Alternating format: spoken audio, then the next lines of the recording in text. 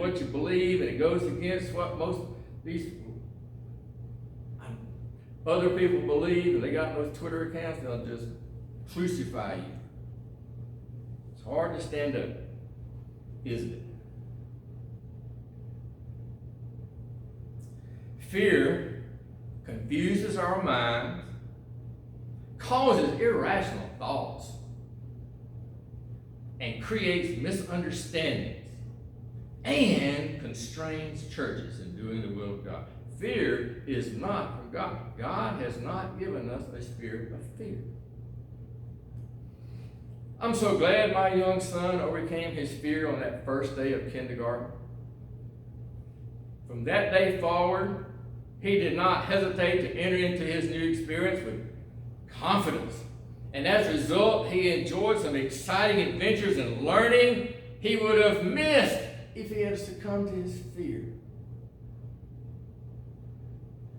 Every church focused on doing God's work without fear will discover some exciting new experiences, which God will reveal himself in those experiences in amazing ways that maybe you haven't even imagined. The greatest antidote to fear is faith,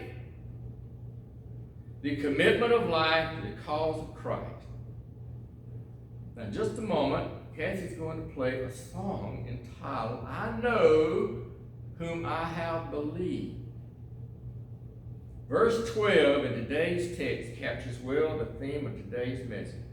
I know whom I have believed, and am convinced or persuaded that he is able to guard what I have entrusted or committed to him until that day.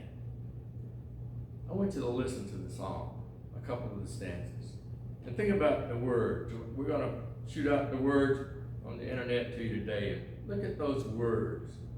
Listen to the song.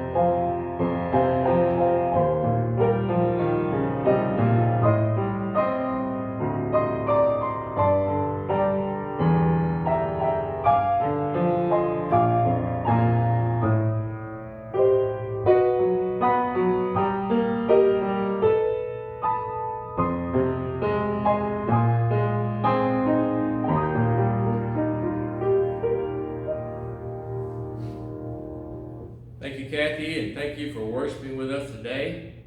I want to invite you to come back tonight at 6:30. We had a wonderful time last week. We're going to be looking at Psalm 13, where the psalmist says, "How long, oh God?" That's how we feel, isn't it? And then I want to encourage you to read the book of Micah this week. It's only 7 chapters. My goodness, read a chapter a day. The book of Micah, because we're going to look at Micah 6, verses 1 through 8, with a focus on verse 8, one of the first passages I ever tried to get a grip on. In fact, it was a sermon I preached at my first trial sermon for my first church in 1976. Hopefully I've gotten a little bit better since 1976. Micah 6, 8. Please join us tonight at 6:30. I'm going to close with a prayer. Lord, what I've said today is pretty clear. We all struggle with fear of various kinds. Help us as a church and as the people of God, whether it's Brandon, Baptist, Presbyterian, Methodist, whatever it may be, that we will work together to do things for you that we can't do just in our own strength. I mean, we won't need you if we can do it in our own strength. So help us to look for ways that we can really minister out there in the world and draw on your strength. And that people will know who we are and who we serve. In Jesus' name, amen.